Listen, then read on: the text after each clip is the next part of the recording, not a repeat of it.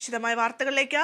പത്തനംതിട്ടയിൽ കായിക താരമായ ദളിത് പെൺകുട്ടിയെ 60-ലധികം പേർ ലൈംഗിക പീഡനത്തിന് ഇരയാക്കിയെന്ന കേസിൽ അറസ്റ്റിലായവരുടെ എണ്ണം 20ആയി.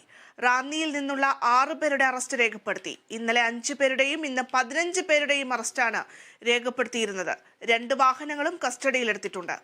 അടുത്ത ദിവസം വിവാഹ നിശ്ചയം കഴിഞ്ഞ യുവാവും മീൻ കച്ചവടം നടത്തുന്ന സഹോദരങ്ങളും ഉൾപ്പെടുന്നു.